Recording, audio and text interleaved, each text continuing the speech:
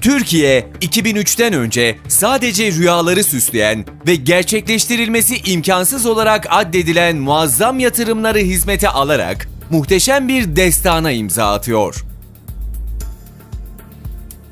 Orman ve Su İşleri Bakanlığı olarak son 14 yılda suyla alakalı 6447 tesisi aziz milletimizin hizmetine sunduk. Bu tesislerin 423'ü baraj.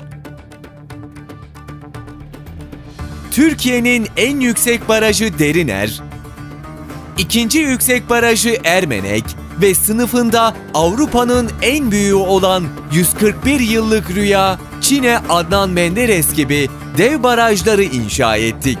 Aralarında dünyanın en yüksek 3. barajı olacak Yusufeli ve GAP'ın en önemli unsurlarından Ilısu, GAP'ın Atatürk Barajı'ndan sonraki ikinci büyük barajı olan Silvan ve İstanbul'un içme suyu meselesini uzun vadeli olarak çözüme kavuşturacak Melen Barajı'nın da bulunduğu birçok barajın inşa çalışmaları da bütün hızıyla sürüyor. Bereket burada. Birilerinin petrolü var. Biz de artık su akar, Türk bakar diyorlardı. Şimdi ne diyoruz biz? Su akar, Türk yapar. Susuz şehir bırakmadık. 81 ilimiz için hazırladığımız içme suyu eylem planıyla illerimizin 2040, 2050 hatta 2071 yıllarına kadar içme suyu ihtiyacını planladık.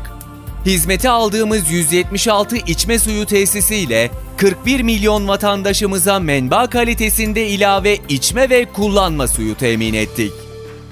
Dünyada ilk ve tek olma özelliği taşıyan ve asrın projesi olarak adlandırılan askıda borulu deniz geçiş sistemi ile Kuzey Kıbrıs Türk Cumhuriyeti'ne içme ve kullanma suyu götürdük. Afrika'yı da unutmadık. DSİ, TİKA ve sivil toplum kuruluşlarının ortaklaşa gerçekleştirdiği çalışmalarla 2600 kuyu açarak 1,7 milyon kişiye sağlıklı ve temiz içme suyu sağladık. Ayrıca Cibuti'de baraj inşa ediyoruz.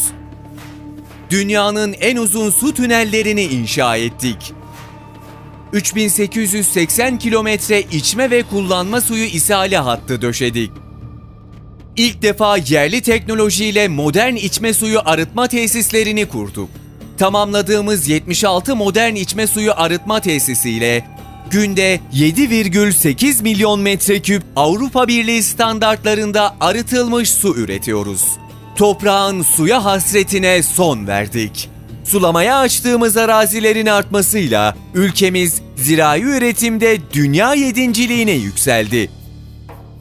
Kapalı sistem damlama ve yağmurlama sistemlerine geçerek hem su tasarrufu sağladık hem de çiftçimizin yüzünü güldürdük. Hizmete aldığımız 1001 gölet ve 1064 modern sulama tesisiyle çiftçilerimize yıllık 2,5 milyar lira zirai gelir artışı sağladık. 2019 yılına kadar 1071 gölet daha inşa edeceğiz. Türkiye'nin en uzun suni nehirlerini inşa ediyoruz. Türkiye'nin en uzun suni nehri Şanlıurfa'dan Mardin'e akıyor. Sebep olduğu can ve mal kayıplarıyla büyük acılar yaşatan derelerimizi ıslah ederek şehirlerimizde cazibe merkezleri oluşturduk. Tamamladığımız 3329 taşkın koruma tesisiyle yerleşim yerlerimizi ve arazilerimizi sel felaketinden koruduk. Kamu ve özel sektör işbirliğinde gerçekleştirdiğimiz çevre dostu hidroelektrik santralleriyle kendi enerjimizi üreterek yıllık enerji üretimimizi 93,5 milyar kilowatt saate çıkardık. Güneydoğu Anadolu, Doğu Anadolu, Doğu Karadeniz, Orta Anadolu, Batı Karadeniz, Marmara, Trakya, Ege, Akdeniz ve Konya Ovası gelişim projelerimizin çalışmaları da aralıksız sürüyor. 3 milyar 750 milyon fidanı toprakla buluşturduk. Ceviz, badem, zeytin ve 5000 köye 5000 gelir getirici orman gibi 34 eylem planıyla vatandaşlarımıza ilave gelir sağladık. 145 şehir ormanı kurduk. Şehir ormanları dahil mesire yerlerimizin sayısını 1449'a çıkardık. 329 bal ormanı tesis ettik. Bu sayede ülkemiz bal üretiminde dünya ikinciliğine yükseldi. Kölleşme ile mücadelede de dev projeler gerçekleştirdik. Erozyonla taşınan toprak miktarını 500 milyon tondan 168 milyon tona indirdik. Milli park sayımızı 42'ye, tabiat parkı sayımızı 209'a yükselttik.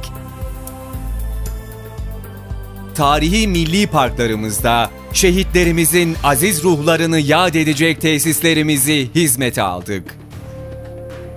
Meteorolojide de çağ yakaladık.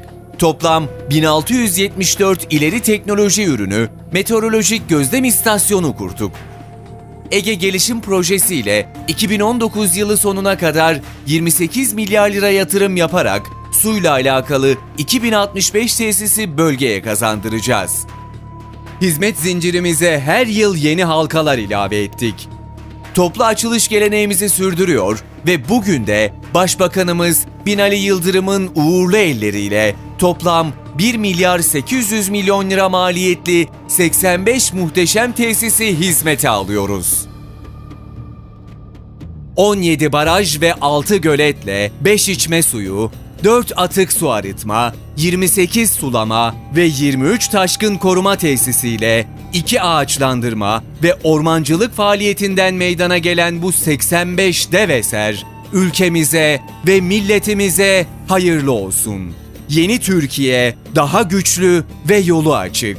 Hedef 2023.